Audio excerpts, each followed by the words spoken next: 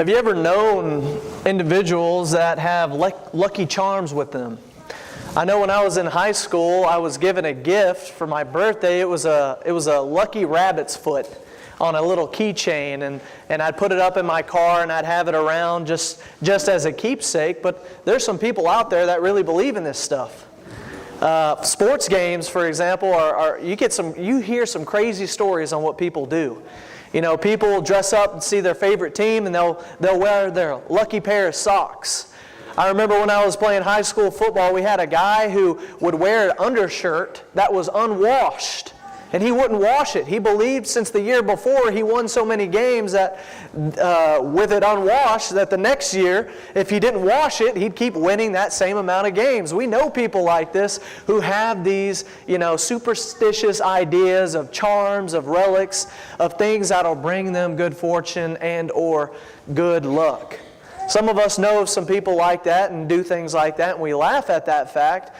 But it's scary when you consider there are people out there who do this with religious things. It's a very scary thought.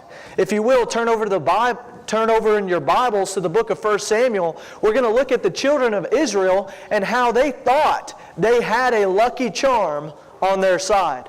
And this is a very famous story. I hope that I'll be able to give some context and show you some lessons from these children. And I'm just going to tell you at the forefront, when God's people trust in religious forms and charms and idols instead of true, faithful Christian lifestyle, spiritual disaster is inevitable. That's the thrust of this morning's sermon. And we're going to be looking at that from the children of Israel in 1 Samuel chapter 4. But before we get to 1 Samuel chapter 4, we have to look at the context of these children and what they were doing at this particular time. In Judges 21:25, there was a statement made right before we get to 1 Samuel. And in Judges 21:25 it says, "In those days the children of Israel," there were no kings in Israel, "and every man did that which was right in his own eyes."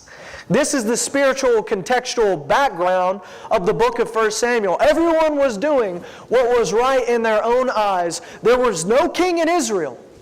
God was supposed to be the king, just like He is for the church today, but He was absent from the people's minds. He wasn't there. So when God is absent from the minds, we decide to do whatever we want. I'm going to worship however I want. I'm going to treat my brethren, my friends, my family however I want, without regard, without any moral law or upstanding, and it leads to disaster. And we see this time and time again. And let's look at the spiritual state of Israel. Look at 1 Samuel chapter 2 and verse 12. The leaders of this great nation were wicked beyond comprehension.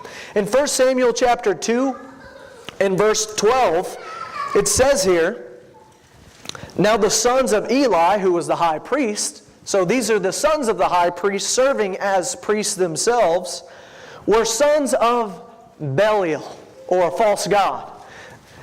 This is a Hebrew idiom basically saying they're sons of Satan, sons of Belial. And they knew not the Lord. And the priest's custom with the people was that when any man offered sacrifice, in verse 13, the priest's servant would come while flesh was in his seething with a flesh hook of 3 teeth in his hand. And he would strike it into a pan or a kettle or a cauldron of the pot, and all that the flesh hook brought up the priest took for himself. So they did in Shiloh unto all the Israelites that came hither. So here you have these priests who would have these flesh hooks. And people would come to offer their sacrifices to God. And the priests were oftentimes supposed to get portions of the meat. That was normal. But these priests were wicked. And they would take these flesh hooks and they would just gouge this piece of meat and take whatever they wanted. Although God had allowed them to take small portions, these men were taking the sacrifices offered to God and they were taking whatever they want out of this flesh. And let's see what it continues to say about these priests. In verse 14, and the priest would take it for himself in Shiloh.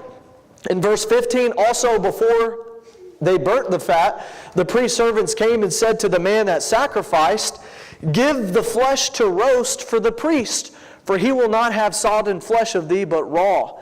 And if any man said unto him, Let them not fail to burn the fat presently, and then take as much as thy soul desireth, then he would answer him, Nay. But thou shalt give it to me by now, and if you don't give it to me, I will take it by force, the priest would say in verse 16.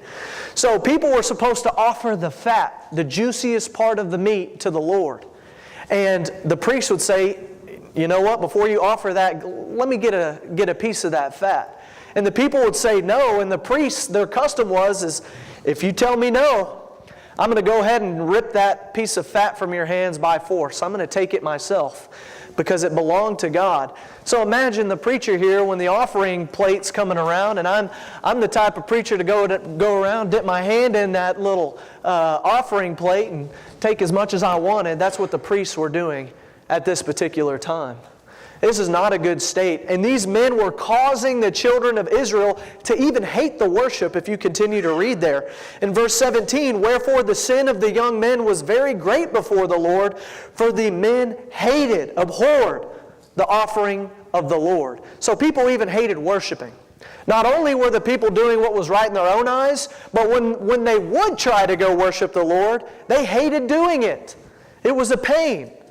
Because you'd have to deal with these men. And this was just some of the charges against the priest. If you continue to read later on in 1 Samuel chapter 2 and verse 27 and 36, they were taking the women who were coming to offer sacrifices and sleeping with them on the side.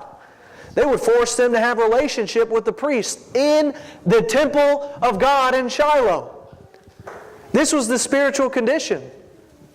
It wasn't good. It was wicked. And in 1 Samuel chapter 3 and verse 1, because of the wickedness it says, And the word of the Lord was precious in those days. There was no open vision. So God was so disappointed in their actions. He was looking at them and the abhorrent worshiping behavior of the people. And He decided, I'm going to step back and I'm not going to talk to these people. The word of the Lord was precious, meaning God wasn't communicating with them because of their attitude, because of their actions. And I want us to continue to notice, this is the state of the people. And that leads us to some problems that arise in 1 Samuel chapter 4, if you'll turn there. This is where we will hit at the heart of our text. And this sermon is titled, Trusting in Religion Without Obedience. Trusting in religion without obedience. These people here, the children of Israel in chapter 4, are getting ready to go to war with the Philistines. And we know the context of their behavior. We know how they have been acting. But I want you to notice their attitude in 1 Samuel chapter 4 and verse 1. It says here, in the word of Samuel came to all of Israel. Now Israel went out against the Philistines to battle, and they pitched a tent beside Ebenezer. And the Philistines would pitch a tent in Aphek. And the Philistines put themselves in array against Israel. And when they had joined battle, Israel was smitten before the Philistines. And they slew of the army in the field about 4,000 men. So here you have a context in which Israel is out in the field, their battle array against the Philistines. Israel is going out to war, and when they get out there, they're expecting a great victory, and 4,000 men fall for Israel. Great defeat. That would have been catastrophic numbers-wise when you consider how small of a nation Israel is at this time. So they are smitten by their enemy, the Philistines. And why is that? Why is that? Why was Israel destroyed? It's because here, our first point in verse 1 and 2, they fought without God. They fought without God. Israel assumed victory because they thought that they were God's chosen people and that they would always be able to win any battle like they had in the past in the book of Judges and in the book of Joshua.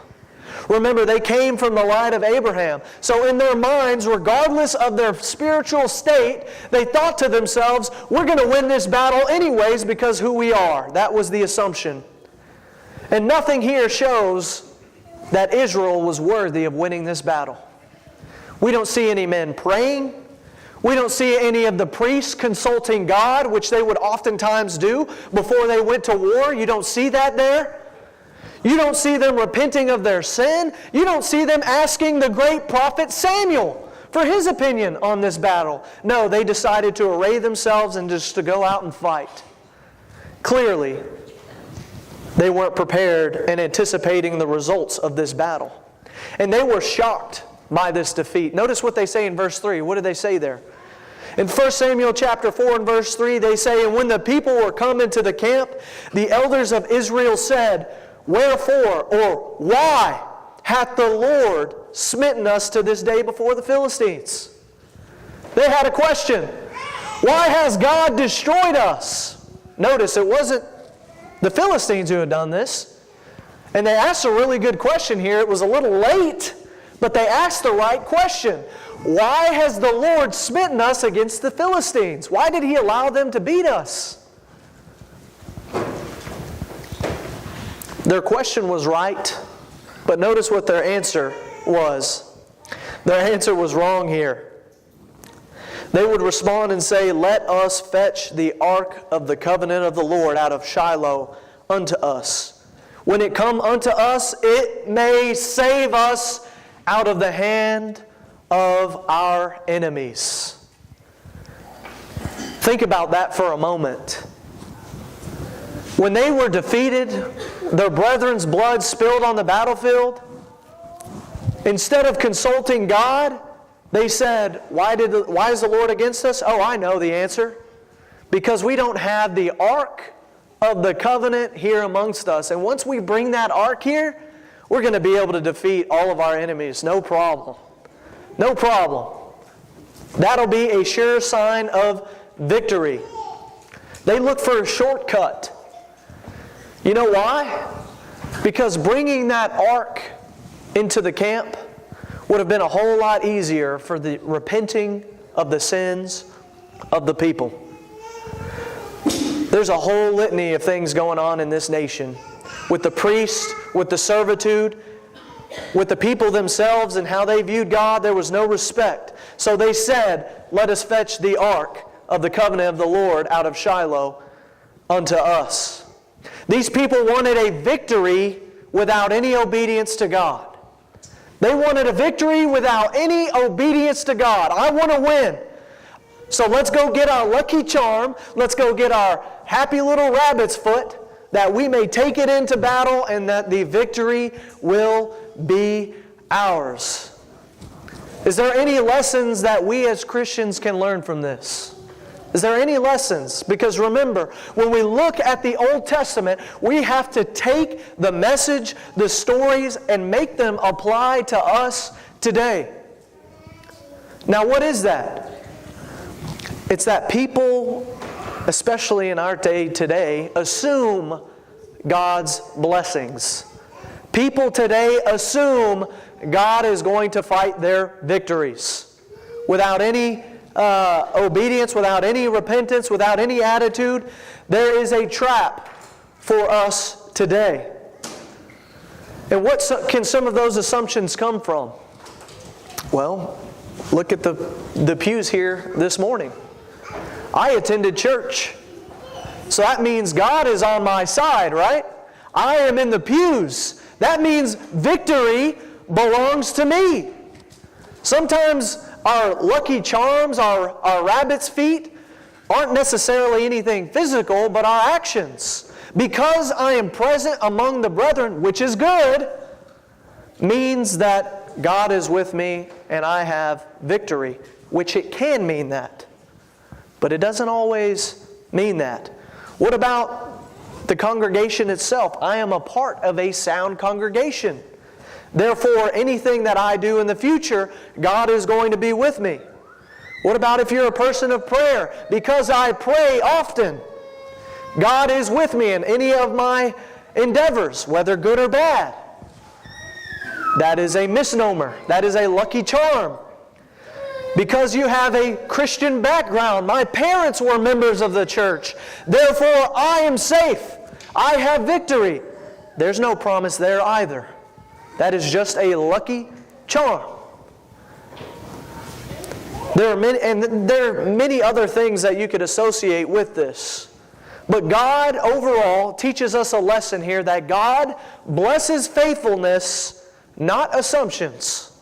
God blesses faithfulness, not assumptions. So, we see that here. Israel's problem was not that they lacked the ark, but that they lacked holiness. So, their next step, our second point, is just as detrimental to them, and that is that they trusted a symbol. Verses 3 through 9. Let's look at 1 Samuel 4. Verses 3 through 9, they trusted a symbol. And when the people were come into the camp, the elders of Israel said, Wherefore hath the Lord smitten us to this day before the Philistines? Let us fetch the ark of the covenant of the Lord out of Shiloh. May it cometh unto us, may it save us out of the hands of our enemies.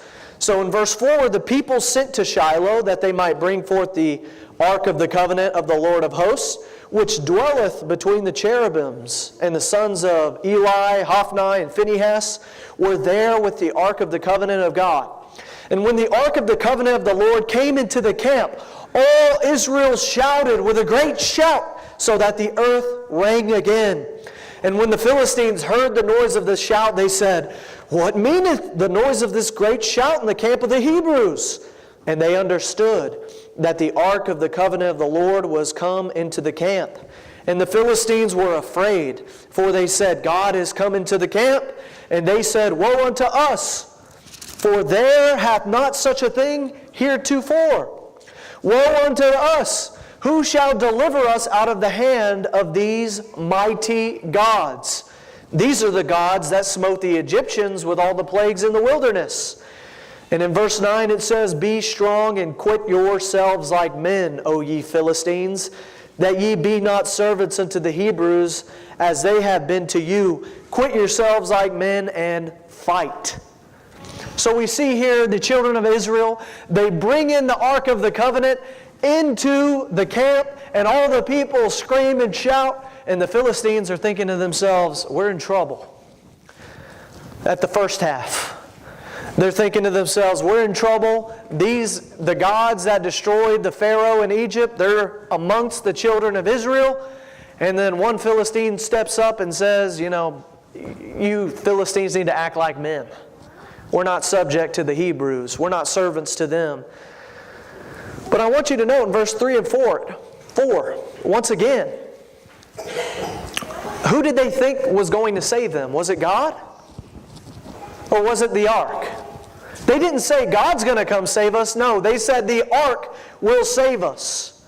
These are people who are placing their confidence in a box, in gold, in a symbol, in a relic. And this had great significance. It was a holy object. It had the law inside that box, representing everything that took place on Mount Sinai, the Mosaic covenant. It had a rosebud staff of Aaron, representing authority and the priesthood. You had manna, which fell from heaven, which represented God's provision, God providing for them. And they took this box and said, it will save us. If we're not careful as Christians, we can take the law of Christ and say, I'm keeping some of it, therefore I'm good to go. It's really a once saved, always saved mentality if we're not careful. We can take this box and the authority that is placed in it. God has given me authority, therefore I'm safe and I can do whatever I want if we're not careful. And that's not right either. We can take what God has blessed us with, His provision, His providence, and say, God has given me all these things. Therefore I'm confident in my sins and what I'm doing. And that is also a problem. This is idolatry wrapped in religion. We may not realize it, but this is the case for the children of Israel, and the same problems can fall upon our heads today. And look at verse 5. The people shouted with great shout. Were these people excited? They were. Were they motivated? Surely. They were patriotic. They had confidence. but there was no holiness in our attitudes. I want you to think to yourselves, how do those around me view me and my actions? Do they view me as someone that is holy, that is set apart, that is sanctified? Or do they view me like the rest of the world? They're no better than the Philistines, those children of Israel. Are we actually walking the walk and talking the talk? Or are we here in body only and not in mind and spirit? Because if you are, there needs to be changes made because you have falsely assumed God is with you. It's important. They had all the zeal, they had all the excitement, but the religious objects cannot replace a faithful life. In Matthew chapter 15 and verse 8, Christ warned. He said, "These people draw nigh unto me with their mouths. They speak, they say the right things. Good morning, brethren. Oh, what a beautiful day to worship God. But their heart is far from me." They're saying the right things, but their heart is far away. Long away from this building. You may be sitting in this pews, but your heart may be far away. In 2 Timothy chapter 3 and verse 5, Paul would say something similar. He would say these people having a form of godliness, or the appearance, the look, the symbol of godliness, but they deny the power thereof by their actions. 2 Timothy chapter 3 and verse 5. They would say God is great, God is good. They appear on the outside to be holy, but when they go into the world, they would deny the power of the gospel because their lives didn't reflect what was being said. I want us to think of some of these things that could become symbols or charms today. And I mentioned a couple of them before. But let's bring it closer to home here. This baptistry behind me is a symbol that we have died and were buried with Christ and came up. Our baptism can be a charm for us if we're not careful. It can become our sole focus. I cannot do anything wrong or get anything wrong because I have been baptized in the grave of baptism. The Lord's Supper.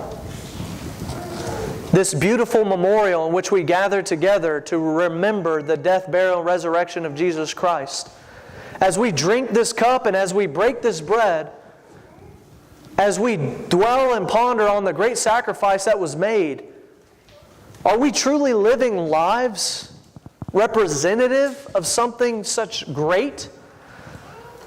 Something so great that has happened? Are we taking it in a manner which is worthy of the sacrifice? Because if we come here laden with sin, laden with iniquity, and we think that the cup and the bread is going to fix our spiritual status, you're in the wrong place. This is a token that we are doing right, not that it makes us right. We are supposed to honor and love and show our lives reflective of Christ before we even get here. We oftentimes say, when we're here, let us prepare our minds. Let us take this worthily. But we have to do that before we get to the building. Our lives have to reflect this. This isn't a time to repent and make things right when we're remembering these things. It's not going to cleanse you like you think it is. We have to be people who don't treat the Lord's Supper as a token Christianity. And worship attendance, we had already mentioned that one. They're not substitutes for a faithful heart. Although, if you are faithful, you will attend whenever the saints are assembled. That's representative, right? If I say I'm a strong, devout Christian, and I only show up Sunday morning, what is that telling the rest of the congregation by your actions? Unless you have, health issues or other problems that may arise that exempt you from this. But if you are an able-bodied person and you say, I'm a faithful member of the Lord's church, and you only assemble together not for fellowship meals, not for evangelistic works, not for gospel meetings, are you really faithful? Your actions tell us something completely different. But the Sunday morning worship attendance oftentimes turns into a token of Christianity. And it surely is not. So we see here Israel marched to battle with confidence. Now they have the ark behind them. They think we're good to go, but religious confidence without God does not lead to victory. Look at the results, our last point, in verses 10 through 18, the catastrophic judgment and the results of their actions. They thought this lucky charm was going to keep them safe, was going to win their battles for them. But in verse 10 it says, "And the Philistines fought, and Israel was smitten, and they fled every man into his tent. And there was a very great slaughter there, for there fell of Israel 30,000 footmen." A very great slaughter. And the ark of God, that charm, that token, was taken. And the two sons of Eli, Hophni and Phinehas, were slain. The priests were killed. And in verse 12, "And there ran a man of Benjamin out of the army, and he came to Shiloh that same day with his clothes rent and with his earth upon his head. And when he came, lo, Eli sat upon the seat by the wayside, watching. For his heart trembled for the ark of God. And when the man came into the city and told Eli, all the city cried out." And in verse 14, when Eli heard the noise of the crying, he said, "What meaneth this noise of this tumult?" And the man came hastily and told Eli. Now Eli was 98 years old, in verse 15, and his eyes were dim and he could not see. And the man said unto Eli, "I am he that came out of the army. I fled today out of the army." And he said, "What is there done, my son?" And the messenger answered and said, "Israel is fled before the Philistines, and there hath been also a great slaughter among the people. And thy two sons, Hophni and Phinehas, are dead, and the ark of God is taken." And it came to pass, when he was made mention of the ark of God, that Eli fell from his seat backward by the side of the gate, and his neck broke, and he died, for he was an old man and heavy, and he judged Israel 40 years. So because their faith was misplaced, because their actions didn't reflect those of children of Israel, those who were the sons of God, those who were righteous, the people were slaughtered, the priests were slaughtered, the Ark of the Covenant or the promise of God was taken from the people. In our own lives, the same exact thing will ensue. You can't expect victory. The only thing that you should expect from your actions when you have this type of mindset is judgment. You are in opposition of God. Rather than hearing, "Well done, my good and faithful servant," at the end of your life, the only words that you will hear is, "Depart from me, ye worker of iniquity," which is the harshest and greatest sentence one could experience. It's not the sword. It's not falling off a cart and breaking your neck and dying. It is to hear that you are not worthy to enter into the heavenly realm. What a terrifying existence. Eli, the high priest, died in grief, died in pain. He heard his sons had perished. That's all horrible, horrific. But how much worse is the judgment they're going to face for eternity? Far worse. And we see here in verse 19 and 22 really a horrific and poetic end to this family. But in verse 19, and his daughter-in-law, Phinehas' wife, was with child near to be delivered. And when she learned the tidings and the ark of God was taken, that her father-in-law, her husband, was dead, she bowed herself and travailed, for her pains came upon her. And about the time of her death, the woman that stood by her said unto her, "Fear not, for thou hast borne a son." But she answered not, neither did she regard it. And she named the child Ichabod, saying, the glory is departed from Israel because the ark of God was taken, and because of her father-in-law and her husband. And she said, the glory is departed from Israel, for the ark of God is taken. She believed, the same as the rest of the people, that this charm was the symbol of righteousness. And because of that, she rightly named her child Ichabod, meaning the glory is gone, or where is my glory? But she was mistaken on why it had departed Israel in the first place. Was it because the ark left? It happened long before this. It's because it wasn't there, and the glory, of course, is obviously going to be gone. It's not because of the Ark of the Covenant. Now I want to end us with a final warning today. Are we in a state of Ichabod? Has the glory of God departed out of our own lives or out of this congregation, the church here in Rising Star? Is the glory of God here? Is it present? In our own lives, is the glory of God representative in your heart, or is it gone? This is a question we have to ask ourselves every single day. Because doctrine, our tradition, the communion, our offering, our songs, they only go so far if we do not have a faithful and repentant heart. They only go so far.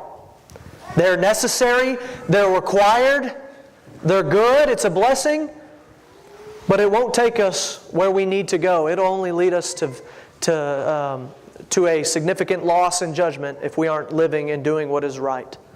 So I want to ask you all again, has the glory departed?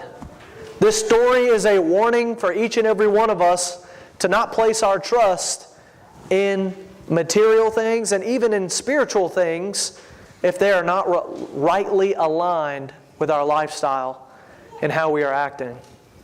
Brethren, if you have a need this morning, if you are a member of the Church of Christ and you have not been living faithfully and you are tired of using the service as a charm, if you are tired of using God as a lucky charm, as a rabbit's foot in your communion, in your worship, you can make those things right today. You don't even have to come forward.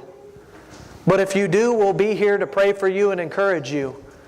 But in your minds, fix the issue, fix the problem. Because God and your brethren want you to be in a right standing. Your brothers and sisters in Christ want you to be in a right standing. And if you are not a child of God, if you are not a member of the Church of Christ, you are a Philistine in this illustration. You are outside the camp. You are nowhere near where you need to be. And to get to Christ, you have to be baptized into His Son. You have to put on Christ, Galatians chapter 3 and verse 27, by baptism. And then you can walk a faithful existence in His church as a member of His body, as one who truly repents and turns away from his sins. If you have a need, please come forward now as we stand and sing the invitation song.